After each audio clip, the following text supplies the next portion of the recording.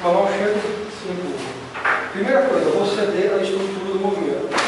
E se ceder, eu entro. Essa pancada, ela vai entrar na estrutura das costelas dele, mais ou menos uma mão abaixo da linha da axila. Vai entrar por aqui. Então, entrou, vai pro ar, aqui. Aqui. Entrou. No que ela entra aqui, o meu cotovelo daqui entra, batendo, gira. Aqui. Então entrou desse ponto.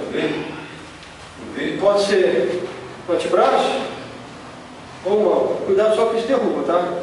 Tá, respira. Então entrou, bate, entra, bate. Cuidado com essa barra do pescoço, tá?